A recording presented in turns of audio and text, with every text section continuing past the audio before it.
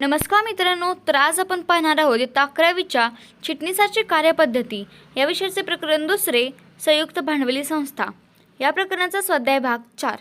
पुढे जाण्यापूर्वी तुम्ही जर चॅनलवर नवीन असाल तर चॅनल नक्की सबस्क्राईब करा व बेल आयकॉनही प्रेस करा. यापूर्वी आपण या प्रकरणाचा स्वाध्याय भाग 1, स्वाध्याय भाग 2 व स्वाध्याय भाग 3 पाहिलेला आहे. तो तुम्ही पाहिला नसेल तर तो नक्की पहा. त्याची लिंक खाली डिस्क्रिप्शन बॉक्समध्ये दिली आहे. चला तर मग पुढील स्वाध्याय पाहू. पुढील प्रश्न 6 आहे, खालील विधाने सकारण स्पष्ट करा. तर यातील पहिला प्रश्न पाहू. संयुक्त भांडवली संस्थेची नोंदणी करणे सक्तीचे आहे. तर हे विधान आपल्याला दिले आहे. तर याचे सकारण स्पष्टीकरण आपण पाहूया. चला तर मग याचे उत्तर पाहू. संयुक्त भांडवली संस्थेची नोंदणी करणे सक्तीचे आहे कारण यातील पहिले कारण पहा. संयुक्त भांडवली संस्थेची व्याख्या ही एक नोंदणीकृत संघटना म्हणून केली जाते. याचा अर्थ ती कंपनी कायदा किंवा संसदेच्या विशेष कायद्यांतर्गत नोंदणीकृत संघटना आहे. दुसरा मुद्दा पहा. कोणतीही संस्था तेव्हाच अस्तित्वात येते जेव्हा तिला नोंदणी अधिकाऱ्याकडून नोंदणी प्रमाणपत्र मिळते. तिसरा मुद्दा पहा. नोंदणी ही कंपनीच्या जन्मासारखीच असते. नोंदणी प्रमाणपत्र मिळाल्यावर कंपनीला स्वतंत्र कायदेशीर अस्तित्व मिळते. तर चौथा मुद्दा पहा. नोंदणी नसलेल्या संस्थेचे किंवा संघटनेचे कोणतेही संयुक्त अस्तित्व नसते म्हणून तिला कंपनी म्हणता येणार नाही. पुढील दुसरा प्रश्न आहे. संयुक्त भांडवली संस्था ही कृत्रिम व्यक्ती समजली जाते. चला तर मग याचे उत्तर पाहू. संयुक्त भांडवली संस्था ही कृत्रिम व्यक्ती समजली जाते कारण यातील पहिले कारण पहा. संयुक्त भांडवली संस्था ही कंपनी कायदा 1956 नुसार किंवा संसदेच्या विशेष कायद्याद्वारे तयार केली जाते. तिला स्वतःचे स्वतंत्र कायदेशीर व्यक्तिमत्व आहे. दुसरे कारण पहा. संयुक्त भांडवली संस्थेला तिच्या भागधारकापासून किंवा संचालक मंडळापासून स्वतंत्र अस्तित्व लाभले आहे. पुढील तिसरे कारण आहे. कंपनी कायद्याने संयुक्त भांडवली संस्थेला व्यक्तीप्रमाणे सर्व अधिकार दिलेले आहेत. त्यामुळे ती सर्व व्यवहार स्वतःच्या नावे करू शकते. तर चौथा मुद्दा पहा. सर्व महत्त्वाच्या दस्तऐवजांवर विविध प्रकारच्या करारांवर कंपनीची स्वाक्षरी म्हणून कंपनीची नाममुद्रा उमटवली जाते. पुढील तिसरा प्रश्न आहे. कंपनीच्या भागधारकांची जबाबदारी मर्यादित असते. चला तर मग याचे उत्तर पाहू. कंपनीच्या भागधारकांची जबाबदारी मर्यादित असते कारण येथील पहिले कारण पहा. भागधारकाची जबाबदारी ही त्याने खरेदी केलेल्या भागांच्या दर्शनी मूल्या इतकीच असते. तर दुसरा मुद्दा पहा. संयुक्त भांडवली संस्थेला तिच्या भागधारकापासून किंवा संचालक मंडळापासून स्वतंत्र अस्तित्व लाभले आहे. तर तिसरा मुद्दा आहे. कंपनीने घेतलेल्या कोणत्याही कर्जासाठी अथवा इतर देणी देण्यासाठी भागधारकाला जबाबदार धरले जात नाही. तर शेवटचा चौथा मुद्दा आहे. कंपनी भागधारकांच्या कोणत्याही कृतीस जबाबदार नसते तसेच कंपनीच्या कोणत्याही कृतीस भागधारकास जबाबदार धरले जात नाही. तर अशा प्रकारे आपण 4 मुद्द्यांच्या आधारे तिसऱ्या प्रश्नाचे उत्तर पाहिलेले आहे. पुढील चौथा प्रश्न आहे. कंपनीची मालकी आणि व्यवस्थापन हे स्वतंत्र असते. चला तर मग याचे उत्तर पाहू. कंपनीची मालकी आणि व्यवस्थापन हे स्वतंत्र असते कारण तर यातील पहिले कारण पहा. कंपनीचे खरे मालक भागधारक असतात परंतु ते कंपनीचा दैनंदिन कारभार पाहू शकत नाहीत. दुसरा मुद्दा पहा. भागधारक हे अनेक ठिकाणी विखुरलेले असतात तसेच त्यांची संख्या असंख्य असते व भागांच्या हस्तांतरणामुळे भागधारकांमध्ये सातत्याने बदल होत असतात. पुढील तिसरा मुद्दा आहे. कंपनीचा दैनंदिन कारभार पाहण्यासाठी भागधारक प्रतिनिधी निवडतात. या प्रतिनिधींना एकत्रितरित्या संचालक मंडळ असे म्हणतात. तर चौथा मुद्दा पहा. संचालक मंडळामार्फत दैनंदिन कामकाज पाहिले जाते तसेच व्यवसायाबाबतची ध्येयधोरणे ठरवून योग्य निर्णय घेतले जातात. पुढील 5वा प्रश्न आहे. संयुक्त भांडवली संस्था मोठ्या भांडवलाची उभारणी जनतेकडून करू शकते. चला तर मग याचे उत्तर पाहू. संयुक्त भांडवली संस्था मोठ्या भांडवलाची उभारणी जनतेकडून करू शकते कारण यातील पहिले कारण पहा. कंपनीमध्ये मोठ्या प्रमाणावर भागधारक असतात त्यामुळे संयुक्त भांडवली संस्था जनतेकडून मोठ्या प्रमाणात भांडवल उभारू शकते. तर दुसरा मुद्दा पहा. भागांचे छोटे मूल्य, मर्यादित दायित्व, सुलभ हस्तांतरण इत्यादींमुळे सामान्य माणसाला देखील कंपनीच्या भागांमध्ये गुंतवणूक करता येते. पुढील तिसरा मुद्दा आहे. समभागांचे विविध प्रकार असल्यामुळे कंपनी विविध प्रकारच्या गुंतवणूकदारांना भागभांडवलाच्या रूपात मोठ्या प्रमाणात निधी गोळा करण्याचे आवाहन करू शकते. तर चौथा मुद्दा पहा. कंपनीच्या सभासदांची संख्या ही असंख्य असते कंपनीच्या नफ्यातील हिस्सा भागधारकांना वाटला जातो. पुढील 6वा प्रश्न आहे, संयुक्त भांडवली संस्थेवर सरकारी नियंत्रण आणि देखरेख असते. चला तर मग याचे उत्तर पाहू. संयुक्त भांडवली संस्थेवर सरकारी नियंत्रण आणि देखरेख असते कारण यातील पहिले कारण पहा. कंपनी कायदा 1956च्या तरतुदीनुसार प्रत्येक संयुक्त भांडवली संस्थेला नोंदणी अनिवार्य आहे. नोंदणीसाठी सरकारी संस्थांपैकी एक असलेल्या कंपनी निबंधकाकडे नोंदणी करणे सक्तीचे असते. तर दुसरा मुद्दा आहे, लहान गुंतवणूकदार त्यांच्या आर्थिक हिताचे रक्षण करू शकत नसल्यामुळे त्यांचे संरक्षण करण्यासाठी सरकार संयुक्त भांडवली संस्थेवर कडक नियंत्रण ठेवते.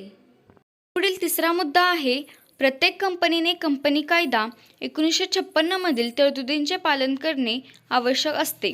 अशा प्रकारे तिच्या स्थापनेच्या टप्प्यापासून ते संपेपर्यंतच्या टप्प्यापर्यंत जास्त प्रमाणात सरकारी नियंत्रण असते. तर चौथा मुद्दा पहा, कायद्यानुसार आर्थिक वर्षाच्या अखेरीस व्यापारी पत्रक, नफा तोटा पत्रक, ताळेबंद व इतर वित्तीय दस्तऐवज तयार करावे लागतात.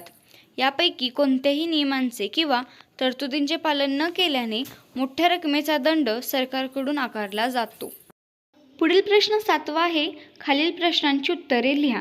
तर यातील पहिला प्रश्न पाहू. एकल व्यापारी संस्थेची वैशिष्ट्ये लिहा. हा पहिला प्रश्न आहे. चला तर मग याचे आता उत्तर पाहूयात. पहिले वैशिष्ट्य आहे, एकल व्यापारी संघटनेसाठी कोणताही स्वतंत्र किंवा विशेष असा कायदा नाही, परंतु संघटनेला देशातील सर्व कायद्यांचे पालन करावे लागते. तर दुसरे वैशिष्ट्य पहा, एकल व्यापारी संघटनेत व्यवसायाची मालकी एकाच व्यक्तीकडे असते. तिसरा मुद्दा आहे, व्यवसायासाठी लागणारे भांडवल हे कमी प्रमाणात लागते. चौथे वैशिष्ट्य आहे, या संघटन प्रकारात व्यवसायाबाबतचे सर्व निर्णय एकल व्यापारीच घेत असतो. पाचवा मुद्दा आहे, या व्यवसाय संघटनेत अधिक गोपनीयता बाळगली जाते. 6वे वैशिष्ट्य पहा, एकल व्यापारी संघटनेत व्यापाऱ्याची जबाबदारी ही अमर्यादित स्वरूपाची असते. 7वा मुद्दा आहे, एकल व्यापारी संघटनेस स्वतंत्र अस्तित्व लाभलेले नाही. व शेवटचा 8वा वैशिष्ट्य आहे, एकल व्यापारी संघटन प्रकार हा मोठ्या प्रमाणावर व्यवसाय करण्यासाठी फायदेशीर नाही. तर अशा प्रकारे आपण एकूण एकल व्यापारी संघटनेचे 8 वैशिष्ट्ये पाहिलेली आहेत. पुढील दुसरा प्रश्न आहे, संयुक्त हिंदू कुटुंब संस्था म्हणजे काय? वैशिष्ट्ये लिहा. चला तर मग या प्रश्नाचे उत्तर पाहू. सर्वप्रथम आपण संयुक्त हिंदू कुटुंब संस्था म्हणजे काय ते पाहू.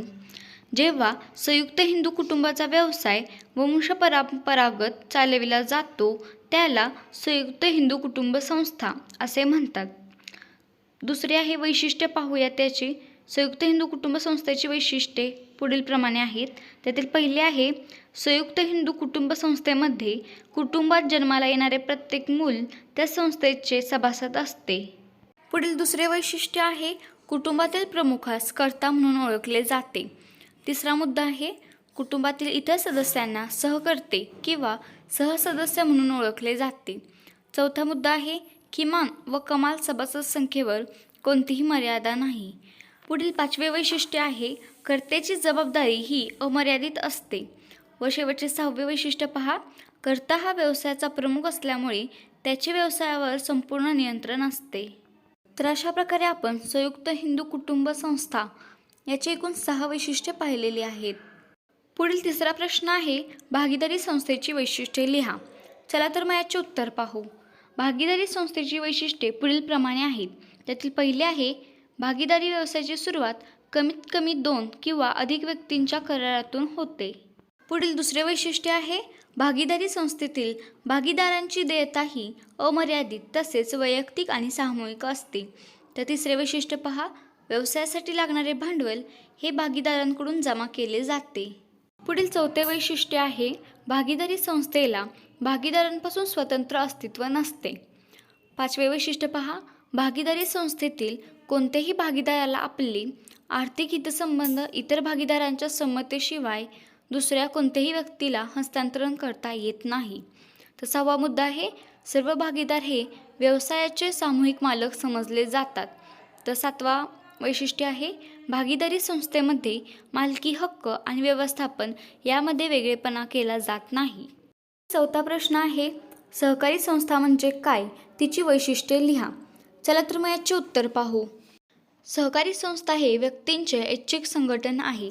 संस्थेच्या माध्यमातून सभासदांचा आर्थिक व सामाजिक विकास करण्यासाठी स्थापना करण्यात आलेली असते. तर पुढे पाहू, सहकारी संस्थेची वैशिष्ट्ये पुढीलप्रमाणे आहेत. त्यातील पहिले आहे, सहकारी संस्थेची नोंदणी करणे सक्तीचे आहे. दुसरे वैशिष्ट्य पहा, सहकारी संस्थेचे सभासदत्व सर्वांसाठी खुले असते. पुढील तिसरे वैशिष्ट्य आहे, सभासदांची संख्या ही कमीत कमी 10 असणे आवश्यक असते, तसेच जास्तीत जास्त अमर्यादित. चौथा मुद्दा आहे, सहकारी संस्थेच्या सभासदांची जबाबदारी मर्यादित स्वरूपाची असते. तर पाचवे वैशिष्ट्य पहा, सहकारी संस्थेला कायद्याने सभासदांपासून स्वतंत्र अस्तित्व लाभले आहे. सहावे वैशिष्ट्य आहे, एक व्यक्ती एक मत या तत्वाचा अवलंब सहकारी संस्थेमध्ये केला जातो. व शेवटचे सातवे वैशिष्ट्य आहे, इतर व्यवसाय संघटनेच्या तुलनेत सहकारी संस्थेचा उद्देश नफा कमविणे नसून सभासदांना जास्तीत जास्त सेवा पुरवणे हा असतो. तर अशा प्रकारे आपण एकूण 7 वैशिष्ट्ये पाहिलेली आहेत सहकारी संस्थेची. पुढील 5वा प्रश्न आहे, मर्यादित जबाबदारी असलेल्या भागीदारी संस्थेची वैशिष्ट्ये लिहा. चला तर मग याचे उत्तर पाहू. मर्यादित जबाबदारी असलेल्या भागीदारी संस्थेची वैशिष्ट्ये पुढीलप्रमाणे आहेत. पहिले वैशिष्ट्य आहे, मर्यादित दायित्व भागीदारी संस्था ही वेगळी कायदेशीर संस्था आहे. या संस्थेस भागीदारांपासून स्वतंत्र अस्तित्व लाभलेले आहे. तर दुसरे वैशिष्ट्य आहे, भागीदारांची संख्या ही कमीत कमी 2 आणि जास्तीत जास्त अमर्यादित असते. पुढील तिसरे वैशिष्ट्य आहे, किमान भांडवलाची अट नाही. तर चौथे वैशिष्ट्य आहे, व्यवसायाचे संघटन करणे अत्यंत सोपे आहे. पाचवे वैशिष्ट्य पहा, प्रत्येक भागीदाराची जबाबदारी ही त्याने संस्थेबरोबर केलेल्या करारा इतकीच मर्यादित असते. तर शेवटचे 6वे वैशिष्ट्य आहे, मर्यादित दायित्व भागीदारी संस्थेत भागीदारांवर प्रवेशाबाबत व भागीदारी संस्था सोडून जाण्यावर कोणतीही बंधने नाहीत. पुढील 6वा प्रश्न आहे, संयुक्त स्कंद प्रमंडळाचा अर्थ सांगून वैशिष्ट्ये स्पष्ट करा. चला तर मग याचे उत्तर पाहू. सर्वप्रथम आपण संयुक्त स्कंद प्रमंडळाचा अर्थ समजून घेऊ. संयुक्त स्कंद प्रमंडळ म्हणजे समान हेतू असलेल्या अनेक व्यक्तींचे संघटन होय. ते ऐच्छिक संघटन आहे. संयुक्त स्कंद प्रमंडळाची वैशिष्ट्ये पुढीलप्रमाणे आहेत. तर सर्वप्रथम पहिले वैशिष्ट्य पहा, ऐच्छिक संघटना. संयुक्त स्कंद प्रमंडळ हे अनेक व्यक्तींनी एकत्र येऊन निर्माण केलेली ऐच्छिक संघटना आहे. तसेच तिचे सभासदत्व सर्व जाती धर्मासाठी खुले आहे. पुढील दुसरे वैशिष्ट्य आहे, नोंदणीकृत संघटना. संयुक्त स्कंद प्रमंडळ ही एक नोंदणीकृत संघटना आहे. तिची कंपनी कायद्यानुसार कंपनी नोंदणी अधिकाऱ्याकडे नोंदणी केली जाते. तिची नोंदणी करणे सक्तीचे आहे. तर तिसरे वैशिष्ट्य पहा, स्वतंत्र कायदेशीर अस्तित्व. स्वतंत्र कायदेशीर अस्तित्व हे कंपनीचे असाधारण असे वैशिष्ट्य आहे. संयुक्त भांडवली संस्थेला सभासदांपासून तसेच संचालक मंडळापासून स्वतंत्र अस्तित्व लाभले आहे. तर पुढील 4थे वैशिष्ट्य आहे, कृत्रिम व्यक्ती. कंपनी ही कायद्याने निर्माण केलेली कृत्रिम व्यक्ती आहे. ती कायद्याची प्रक्रिया पूर्ण करून अस्तित्वात आलेली आहे. कायद्याने तिला व्यक्तीप्रमाणे सर्व अधिकार दिलेले आहेत. तर अशा प्रकारे आपण एकूण 4 वैशिष्ट्ये पाहिलेली आहेत संयुक्त स्कंद प्रमंडळाची. पुढील प्रश्न 7वा आहे, प्रमंडळाची व्याख्या देऊन जबाबदारीच्या आधारावर प्रकार स्पष्ट करा. चला तर मग याचे उत्तर पाहू. सर्वप्रथम आपण प्रमंडळाची व्याख्या पाहू. कंपनी कायदा 2013 कलम 2 उपकलम 20 प्रमाणे कंपनी म्हणजे या कायद्याखाली स्थापन केलेली व नोंदवलेली अथवा पूर्वीच्या कायद्याप्रमाणे अस्तित्वात आलेली कंपनी होय. तर ही व्याख्या पाहिलेली आहे. तर पुढील पाहू, जबाबदारीच्या आधारावर प्रमंडळाचे पुढीलप्रमाणे प्रकार आहेत. त्यातील पहिला प्रकार आहे भागांनी मर्यादित कंपनी. याचे स्पष्टीकरण पाहू. हा कंपनीचा सर्वसामान्य प्रकार आहे. कलम 2 उपकलम 22 यानुसार कंपनीच्या सभासदाची जबाबदारी त्याने खरेदी केलेल्या भागांच्या दर्शनी किमती इतकी मर्यादित असते. अशा कंपनीला भागांनी मर्यादित कंपनी असे म्हणतात. पुढील दुसरा प्रकार आहे हमीने मर्यादित कंपनी. कंपनी कायद्याच्या कलम 2 उपकलम 21 नुसार कंपनीच्या घटनापत्रकात विसर्जन समयी बाह्य देणी देण्यासाठी कंपनीची मालमत्ता अपुरी पडल्यास कंपनीचा प्रत्येक सभासद किती रकमेपर्यंत भरपाईची हमी देईल किंवा करेल याबद्दल स्पष्ट उल्लेख केला जातो. त्या कंपनीला हमीने मर्यादित कंपनी असे म्हणतात. तर तिसरा प्रकार पाहू कंपनीचा, अमर्यादित कंपनी. ज्या कंपनीच्या सभासदांची जबाबदारी अमर्यादित असते तिला अमर्यादित जबाबदारी असलेली कंपनी असे म्हणतात. तर अशा प्रकारे आपण एकूण 3 प्रकार पाहिलेले आहेत संयुक्त भांडवली संस्थेचे जबाबदारीच्या आधारावर. पुढील 8वा प्रश्न आहे, कंपनीचे कोणतेही 4 प्रकार स्पष्ट करा. चला तर मग याचे उत्तर पाहू. कंपनीचे प्रकार पुढीलप्रमाणे आहेत. त्यातील पहिला प्रकार पाहू, वैधानिक कंपनी. ज्या कंपनीची स्थापना लोकसभा अथवा विधानसभेत स्वतंत्र कायदा संमत करून केली जाते त्या कंपनीला वैधानिक कंपनी असे म्हणतात. उदाहरणार्थ reserve bank of India, state bank of India. कंपनीचा दुसरा पुढील प्रकार आहे एक व्यक्ती कंपनी. कंपनी कायद्याच्या कलम 2 नुसार एक व्यक्ती कंपनी म्हणजे ज्या कंपनीची सभासद संख्या ही एकच असते तिला एक व्यक्ती कंपनी असे म्हणतात. ही खाजगी मर्यादित कंपनीसारखीच असते, परंतु तिला खाजगी कंपनीच्या सर्व औपचारिक बाबी पूर्ण करणे आणि त्यांचे पालन करणे बंधनकारक नाही. तर कंपनीचा तिसरा प्रकार पहा, धारक कंपनी. जेव्हा एक कंपनी दुसऱ्या कंपनीचे 50% पेक्षा जास्त भाग खरेदी करून दुसऱ्या कंपनीवर नियंत्रण प्रस्थापित करते, असे नियंत्रण करणारी कंपनी म्हणजे धारक कंपनी होय. पुढे कंपनीचा चौथा प्रकार आहे विदेशी कंपनी. विदेशी कंपनी म्हणजे अशी कंपनी की जिची नोंदणी ही भारताबाहेर झालेली आहे, परंतु तिचा व्यवसाय मात्र भारतात सुरू आहे, अशी कंपनी होय. तर इथे उदाहरणार्थ पहा, नेस्ले इंडिया लिमिटेड तसेच बाटा इंडिया लिमिटेड. तर अशा प्रकारे आपण कंपनीचे एकूण 4 प्रकार पाहिलेले आहेत. असेच नवनवीन व्हिडिओ पाहण्यासाठी आपला चॅनल नक्की सबस्क्राईब करा, तसेच बेल आयकॉनही प्रेस करा व व्हिडिओ आवडल्यास व्हिडिओला लाईक देखील करा.